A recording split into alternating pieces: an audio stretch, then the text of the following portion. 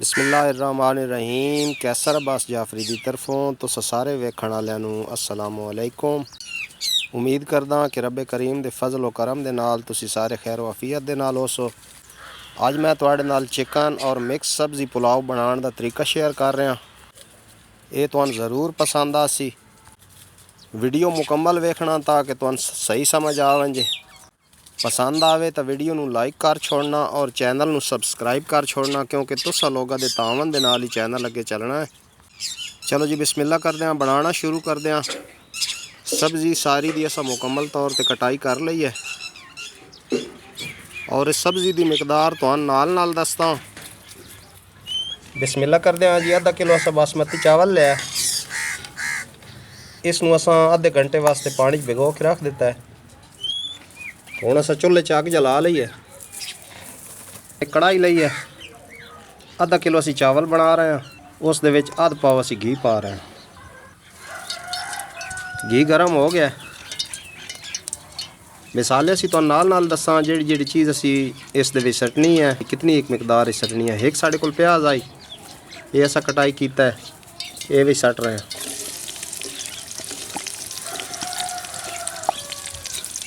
प्याज नूं इत्थे फ्राई कर लैने। प्याज माशाल्लाह साढ़े फ्राई हो गए, सुनहरी माइल करने ने। हुण इस दे अंदर लहसुन अदरक का पेस्ट सट रहे हैं, तकरीबन 1.5 चम्मच है।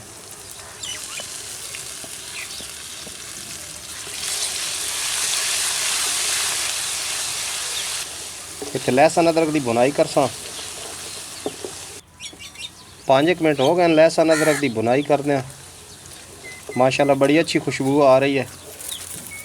हुण है साढ़े कोल 2 टमाटर आन दरमियाने साइज़ दे, ये भी सट रहे हैं। मिसाले तो नाल दसां और इन्हां दी मिकदार भी नाल दसां भाई कितनी एक असीं इस दे विच सट रहे हैं।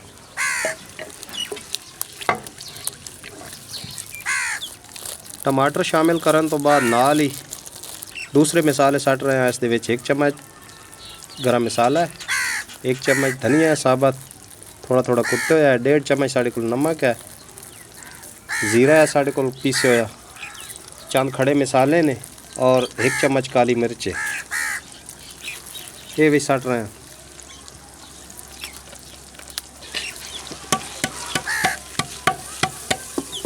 हाँ, मिसाले शामिल करन तो बाद तकरीबन 4 तो 5 मेरे को हरी मिर्चां इन्हां दी कटाई कीती है, ये भी सट रहे हैं। हुण इत्थे टमाटर हल होंदा तक इसकी बुनाई करसां। टमाटर माशाल्लाह काफ़ी हद तक गल गए ने। 1 पाव साढ़े कोल चिकन आई, चिकन सारा बोनलैस है। हुण असीं ये भी सट रहे हैं।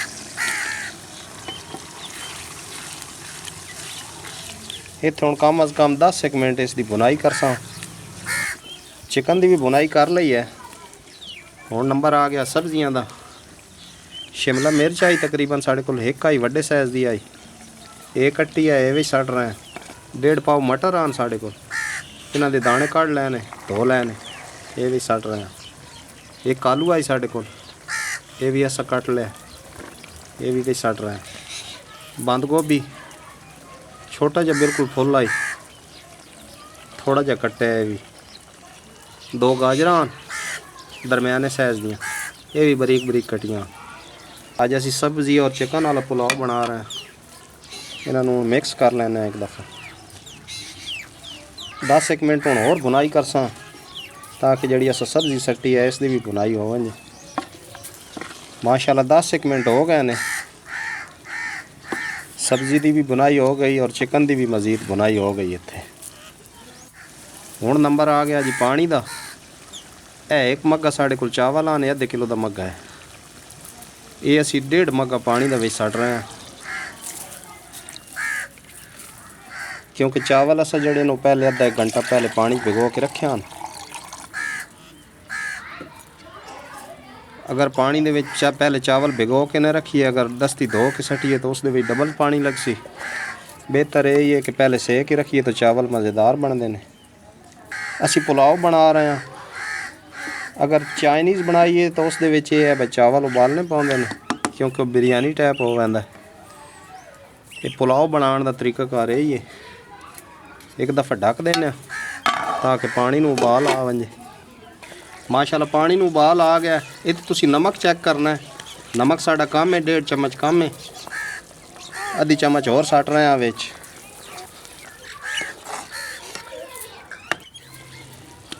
दो साढ़े को लीमू ने, इन्हां दा रस निचोड़ के विच सट देने।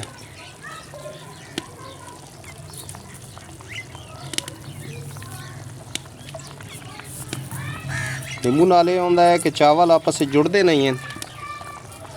ये लाजमी सट्टा करो, पुलाव होवे, बिरयानी होवे। हुण है चावल जेड़े अस आधा घंटा पहले पानी भिगो के रखिया, ये भी सट रहे हैं।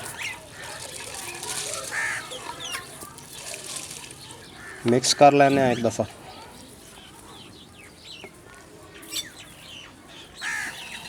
मिक्स करन तो बाद हुण एक दफ़ा ढक देने ताकि दोबारा उबाल आ वजे। पानी उबाल आ रहा है, जेड़ा विच पानी नज़र आ रहा ये असा छिकाना है, इसनू खुश्क करना है और चावलों ने असा दम देना है। तो दस दें किस टाइम दम देना है। माशाल्लाह चावल साढ़े दम ते आ गए ने। जदों दम ते चावल आन लगते हैं उस टाइम इन्हों बिल्कुल आराम नाल हिलाना, क्योंकि इंज ना होवे चावल साढ़े त्रुट वजन। हुण असीं इहदे तलों जिहड़ियां लकड़ियां जल रही ने वो कट देने और इन्हों दम दे देने। बिल्कुल मामूली पानी इसके अंदर रखींदा है जदों दम देवींदा है। बिल्कुल अगर सुका देइए तो चावल फुंडते नहीं हैं। एक कपड़ा लिया,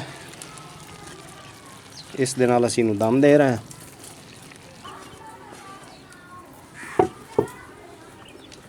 इस दे उत्ते थोड़ा जिहा वजन दे देना ताकि जिहड़ी भाप है वो बाहर न निकले। इस नूं हुण असीं तकरीबन 20 तो 25 मिनट दम देसां। चेक करदे हां 20 मिनट हो गए। माशाल्लाह माशाल्लाह, देखो कितने ज़बरदस्त चावल साढ़े बन के तैयार होए ने।